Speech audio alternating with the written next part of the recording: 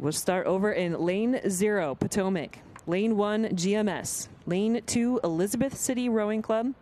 Hockaday in Lane 3. Skyline Crew in Lane 4. Lane 5, Oak Neck Rowing Association. Redwood Scullers in Lane 6. And in Lane 7, River City.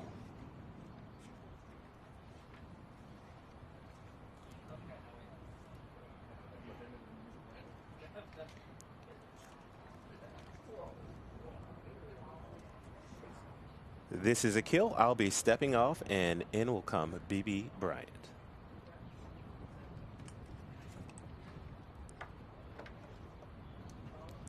So about 30 seconds to the start in this women's youth doubles.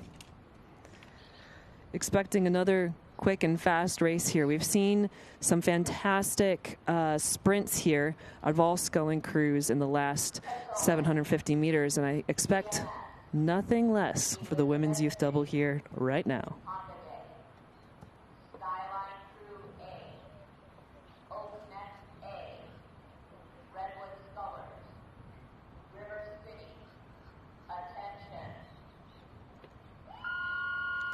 And we have a start here in the women's youth doubles A final at the 2025 Youth National Championships. BB Bryant's the one, the only, hot on the mic here for this women's double. The infamous. The infamous. All good things, all good things. This is going to be a really exciting race.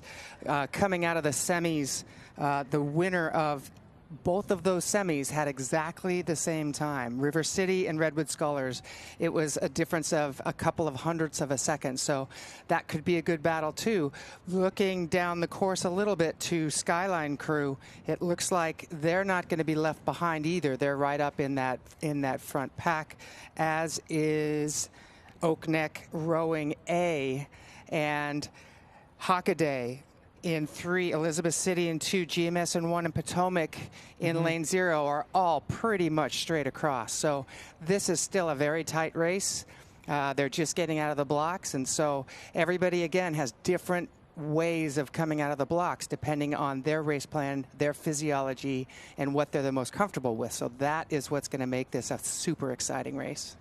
Yeah, so we saw an early sprint out of Skyline Crew, but River City is now caught up to be probably snagging the current first place, but I expect it to be not for long. Redwood Scullers also on a charge as your current top 3, but they still have overlap with Oak Neck Rowing Association just behind them. Hockaday has contact with that crew, and then Elizabeth City, GMS, and Potomac still in the mix as they cross this 500-meter mark.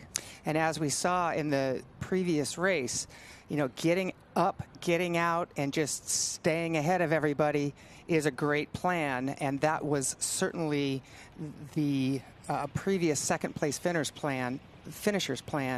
But you have to fight every stroke to the finish line. So following your race plan, not getting rattled by what's going on around you, but also staying in contact with the race is super important. Yeah, and I'm seeing really composed, really relaxed rowing out of this River City crew who've taken up the rate a little earlier on the rest of the pack.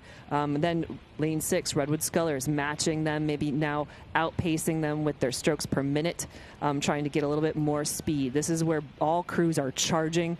They've made likely their first calls for a particular focus of technique or power application to really try to shake things up. That was really close between these top 3 crews at the first 500, trying to figure out who can make some margins here in the middle 1,000. And right now, that Skyline Crew boat is staying right with the leaders. They're bow to stern with the boat from Redwood Scullers, a little bit, maybe a half a boat length behind the River City crew, and then it's tightening up behind that for that third place spot with Skyline Crew, Hockaday, Elizabeth City Rowing Club. There are a few different levels being established here that people can move in and out of, but nobody is out of this race.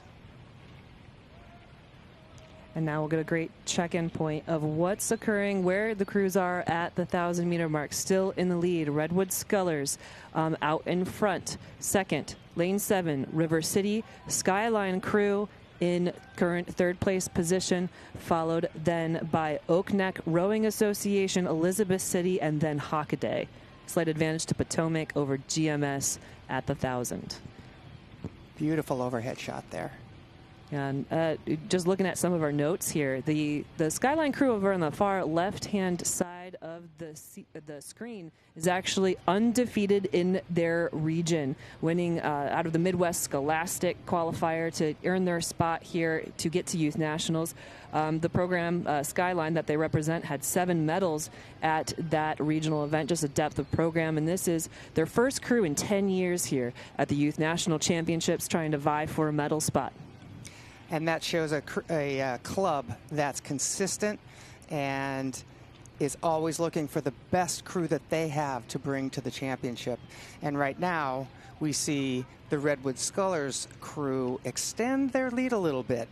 It seemed like it was time for them to take a little bit of move, see if they could get some open water between their position and the River City boat. These two boats had exactly the same time. They were in different semis, so the conditions could have been a little bit different, but for the most part, these two boats had exactly the same time coming into this race.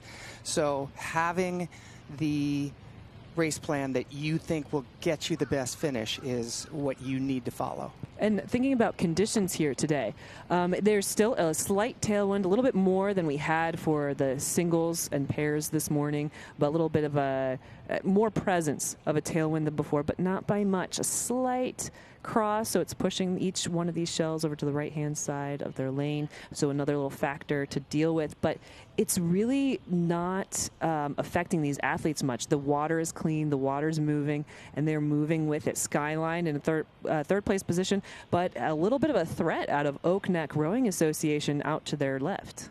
And they're coming into that last 500 meters, and anything can happen here. You got to stay clean, you got to get faster. Those two things both need to happen at the same time so that we stay upright. And that crew from Oak Neck is definitely moving. They're definitely moving up. Skyline crew is going to need to buckle down and stay strong and stay sharp as they come into these last 400 meters, 350 meters at this point. And we see there are lots of fans in the finals area. They're looking for a good sprint, and if you want to see one, there's going to be one on the course. This is the Women's Youth Double A final.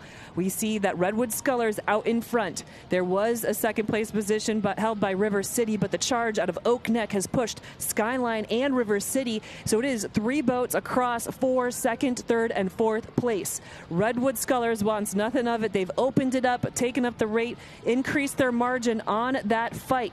Look at this charge out of Oak Neck. You called it, BB. There was a great move made there. They're trying to insert themselves into third, maybe second. Skyline right there with them, hanging it up, trying to figure out, do they have another gear shift to make a advance on that charge. River City is trying to then keep out of that fight. Redwood Scullers now within last 10 strokes of this race. They will then take away a gold medal here in the 2025 Youth National Championships. But here on the near shore, River City now opening it up, open water over Oak Neck Rowing Association. Skyline coming across the line, last 5 strokes, and 4th in the country at the 2025 Youth National Championships. Next will be Elizabeth, River City. Good charge out of GMS, Potomac, and Hockaday. Congratulations to that Redwood Scullers crew now on screen, winning the Youth National Championships of the women's double.